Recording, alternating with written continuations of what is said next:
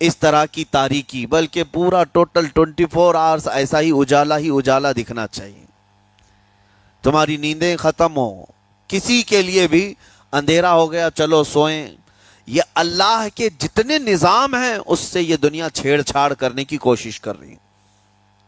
یہ جو خفیہ طاقتیں ہیں دنیا کو جو چلا رہی ہیں، وہ فری میسن ہوں اور سیکریٹ تنظیمیں جو آج دنیا میں کام کر رہی ہیں، وہ قانون خداوندی سے چھیڑ چھاڑ کرنا ان کی فطرت عادت ہے. ہر چیز جو اللہ تعالیٰ کی بنائی ہوئی، پہاڑوں کو اپنی جگہ سے ہٹا دینا. عرب میں آج پتہ ہے آپ کو، سعودی میں سب سے زیادہ پہاڑ کاٹے جا رہے ہیں. پہاڑ اتنے کاٹتے ہیں وہ لوگ، پورے کے پورے پہاڑوں کو انہوں نے زمین سے الگ کر دیا اور وہاں پہاڑ کا وجود ہی نہیں. مکہ میں جا کر آپ دیکھ لیں، مدینے میں جا کر دیکھ لیں، 4 سال 5 سال کنٹینیو کئی مشینیں لگا کر کے پورے پہاڑ کو صاف کر دیا. پتھر کے پہاڑ. اصل میں یہ نظام قدرت ہے. پہاڑ یوں ہی نہیں بنائے اللہ نے زمین پر.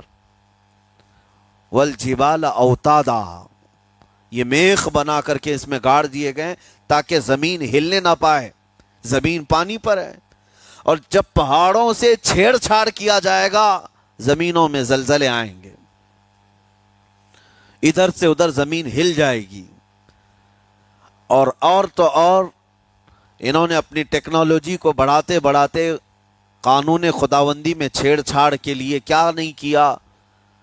انہوں نے جعلی اور آرٹیفیشل ارتھ کویک لانے کی کوششیں کی، مصنوعی زلزلے، مصنوعی بارش ہوتی نہیں، لیکن پورے کلاؤڈ کو جمع کر کے، بادلوں کو جمع کر کے ایک جگہ، اور پھر اس کو کیمیکل کے ذریعے سے پانی برسا دیا جائے. لوگوں کو لگتا ہے کہ ابر چھا گیا اور پانی آنے لگ گیا. یعنی بارش بھی مصنوعی برسائی جائے، ہوائیں بھی مصنوعی چلائی جائیں، پہاڑ بھی کاٹ دیے جائیں، جعلی زلزلے لائے جائیں. سونامی کو بھی لانے کی ترکیبیں ان لوگوں نے سوچی کہ زیر زمین جو لاوا ہوتا ہے اس کے اندر دھماکہ کر دیا جائے تاکہ پانی کی موجیں بے قابو ہو کر بہت زیادہ لہریں اٹھ جائیں اور دنیا میں تباہی مچائیں. بیماریاں اللہ کی طرف سے آتی ہیں، لیکن بیماریاں یہ لیب میں بنانے کی کوشش کرتے ہیں کہ وائرس بنائے جائے اور لوگوں کے درمیان چھوڑ دیے جائیں، جس کو آج دنیا کی بڑی طاقتیں بایو ویپن کا کہتی ہیں. یعنی ہتھیار صرف گولہ بارود بندوق اور میزائل ہی نہیں ہے، ہتھیار یہ وائرس بھی ہیں، کیمیکل بھی ہے، دوائیوں کی شکل میں. یہ برسوں سے یہ تنظیمیں اس بات پر کام کر رہی ہیں، حتیٰ کہ یہ نظام قدرت کو، نظام خداوندی کو پورے اکثر بدلنے کے لیے انہوں نے مردوں کو عورت بنانا، عورتوں کو مرد بنانے کی بھی مہم چھیڑ رکھی ہے. ٹرانسجینڈر، ان سب کو خاص قانونی حق دیا جائے گا، اور مرضی سے آدمی اپنے جینڈر کو، اپنی جنس کو چینج کروا لے. یہ قانون خداوندی میں چھیڑ چھاڑ ہے نہیں. اور انسان کو جس کام کے لیے پیدا کیا گیا تھا اس کام سے اس کو عاری کر دیا جائے، کاہل بنا دیا جائے. اسی لیے دیکھیں، وہ رحمان مولا چاہے تو تمہیں گھر میں بٹھا کر خوب رزق دے. وہ غفار ہے جو چونٹیوں کو اپنے سوراخ میں رزق دیتا ہے، مچھلیوں کو پانی کے اندر رزق دیتا ہے. وہ اشرف المخلوقات کو کیوں نہیں کھلائے گا؟ لیکن اس کا حکم یہ ہے، قُضِ اِذَا قُضِيَتِ الصَّلَاةُ فَانْتَشِرُوا فِي الْأَرْضِ، جب نماز پڑھ لو تو زمین میں پھیل جاؤ اور اللہ کا رزق ڈھونڈو. یہ نہیں کہ گھر میں بیٹھ کر کے تم پکارتے رہو رزق آ جا، رزق آ جا، رزق آ جا. یہ نہیں ہے. تمہیں کیوں؟ تم کاہل اور سست نہ بنو. تمہیں فرمائے گا ہاتھ پیر چلاؤ. نبی پاک صلی اللہ تعالیٰ علیہ وسلم نے ارشاد فرمایا، دنیا کا سب سے بہترین رزق وہ ہے جو اپنے ہاتھوں کی کمائی، محنت سے. اور حضور فرماتے ہیں اللہ کے نبی داؤد علیہ السلام لوہے کا کام کرتے اور خود اپنے ہاتھوں سے لوہے کو تپا کر کے نقش بناتے، اور لوہے کی زرہ جو جنگوں میں پہنی جاتی یہ بنا کر کے بیچتے تھے، اور اس کی آمدنی سے حضرت داؤد علیہ السلام اپنا گھر چلاتے تھے. حضرت ادریس علیہ السلام کپڑے سلتے تھے، درزی کا کام کرتے اور اپنا گھر چلاتے۔ حضرت ابراہیم علیہ السلام گھر بنانے کا کام کرتے رہے۔ اسی لیے نبی پاک صلی اللہ تعالیٰ علیہ وسلم نے فرمایا اللہ کے سارے نبی اپنے ہاتھوں کی کمائی کھایا کرتے تھے، کوئی گھر بیٹھ کر کے نہیں۔ جو لوگوں کو آج یہ شوق ہے کہ بس کسی کو جائیداد میں کچھ پراپرٹی ملی تو کرائے پر چڑھا دو اور کرایہ کھاتے رہو، کیوں محنت کرنا ہے؟ کوئی کام کیوں کرنا ہے؟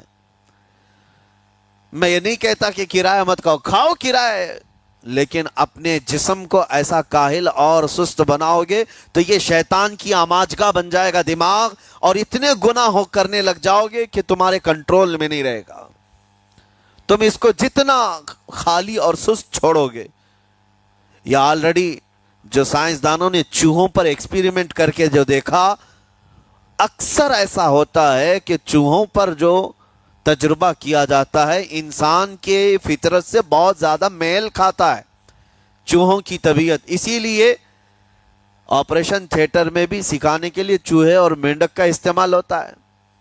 دوائیاں بھی جو سب سے پہلے بنتی ہیں وہ چوہوں کو کھلا کر دیکھی جاتی ہیں۔ انسان کی طبیعت زیادہ اس سے میل کھاتی ہے، تو جو چوہوں کو ساری سہولیات دے دی گئی تھی تو وہ آپس میں شہوت میں مبتلا ہو گئے اور ایک دوسرے کا قتل کرنے لگے۔ یہی حال انسانوں کا بھی ہوگا، جب ان کو ساری سہولیات ایک جگہ مل جائیں گی تو یہ ایک دوسرے کا قتل شروع کر دیں گے، یہ کثرت سے گناہ کرنے لگیں گے اور ایک دوسرے کا قتل کریں گے۔ اسی لیے آپ کو میں جو بات کہہ رہا تھا وہ ادھوری رہ گئی۔ وہ رب تبارک و تعالی چاہے تو گھر بیٹھا کر تمہیں کھلائے، لیکن آپ مجھے یہ بتاؤ، یہ جو مسجد میں بلاتا ہے تمہیں رب تعالی 5 وقت، فجر میں، ظہر میں، عصر میں، مغرب میں، عشاء میں، اور ہر ایک میں تمہیں اپنی پیشانی زمین پر رکھنی ہے، ہاں ایک مخصوص طریقہ ہے۔ کیوں؟ اللہ کریم کیا تمہارے ان اعمال کا محتاج ہے؟ محتاج ہے رب تعالی کہ تم جتنے سجدے کرو گے اس کا پاور بڑھے گا، اس کی طاقت بڑھے گی، تمہاری عبادتوں سے اس کے خزانے بڑھیں گے؟ کچھ نہیں ہونا ہے، وہ بے نیاز ہے، اللہ الصمد، وہ بے نیاز ہے۔ لیکن تمہیں یہ جو پریکٹس کرائی جاتی ہے وہ اسی لیے کہ تم سست اور کاہل نہ بنو۔ کسی گاڑی کو زیادہ دن گیریج میں رکھ دیا جائے، چاہے وہ نئی کیوں نہ ہو، زنگ لگ جاتا ہے اور اس کے بعد پھر اس کے اندر خرابیاں شروع ہو جاتی ہیں۔ انسان اپنے آپ کو اسی طرح کاہل رکھ دے، سست رکھ دے، تو پھر اس کے اندر بھی عجب عجب قسم کی بیماریاں، وہ گناہوں کی بیماریاں بھی شروع ہوتی ہیں اور جسمانی بیماریاں بھی شروع ہوتی ہیں۔ اسی لیے تمہیں 5 وقت یہ پریکٹس بھی کرائی جاتی ہے کہ نمازیں پڑھتے رہو، اپنے آپ کو بزی رکھو، تم بار بار پیشانی زمین پر جھکاؤ اور اٹھاؤ، جھکاؤ اٹھاؤ۔ یہ پریکٹس اسی لیے کرائی جاتی ہے کہ تمہارا جسم سست اور کاہل نہ رہے۔ اللہ کریم بندوں کے تمام مصالح اور ان تمام حاجتوں کو بہتر جانتا ہے کہ بندہ کس میں بہتر ترقی کر سکتا ہے۔ اسی لیے میرے عزیزو، اپنے آپ کو خالی مت چھوڑو، اپنے آپ کو خالی مت چھوڑو۔ اور وقت ہمارے پاس اتنا کم ہے کہ حساب دینے کے وقت ہمیں سب کو پتہ چل جائے گا قیامت کے دن۔ یہ بھی روایت میں ملتا ہے کہ بندہ یہ یاد کرے گا کہ میرے پاس اتنا وقت تھا، کاش میں کچھ نہ کرتا تسبیح لے کر بیٹھا ہوتا، کاش میں کچھ نہ کرتا دعائیں ہی کر رہا ہوتا، تو اللہ تبارک و تعالیٰ اس کا بدلہ مجھے قیامت میں عطا کرتا۔ لیکن جنہوں نے اپنے اوقات کو یہاں پر خالی گنوا دیے، فضول میں برباد کیے، وہ بہت پچھتاوے میں ہوں گے، بہت پچھتاوے میں ہوں گے۔ جتنا وقت اپنے پاس باقی ہے اس کو مصروف کر دو، اس کو مصروف کر دو۔ اللہ کریم ہم سب کو گزرے ہوئے تمام برائیوں کے کفارہ ادا کرنے کی توفیق عطا فرمائے۔ رب تبارک و تعالی ہمیں سستی اور کاہلی سے محفوظ فرمائے۔ میں آپ کو اس لیے بھی ایکٹیو کر رہا ہوں کہ اپنے آپ کو اتنا پابند کر لو کہ رمضان آنے والا ہے اور اس میں عبادتیں زیادہ ہوں گی۔ کیوں؟ 20 رکعت کھڑے ہونے میں تمہارے جسم میں سستی اور کاہلی نہیں آنی چاہیے۔ ہاں ایک دن تراویح میں جوش میں آیا اور دوسرے دن افطاری کر کے خراٹے لینے لگ گیا، کھا کر کے پورا سو گیا، اور اس کے بعد پھر پتہ چلا سیدھے شب قدر میں آیا ہے۔